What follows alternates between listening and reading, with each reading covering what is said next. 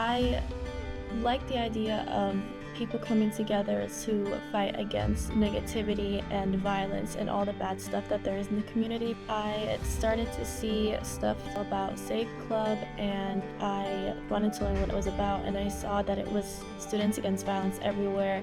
We had students that wanted to make a difference within our community.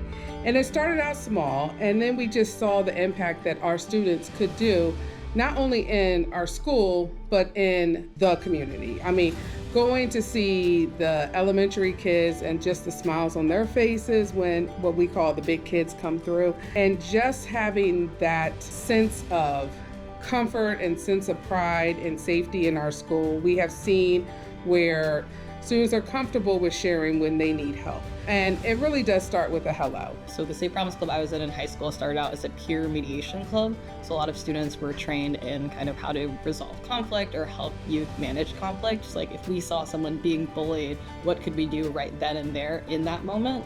If it didn't necessarily make sense to bring it up immediately to a trusted adult, or there's going to be time and space before having that opportunity. So being able to, as a 16-year-old student, say, hey, like, not cool, or take that person being bullied and kind of lead them away.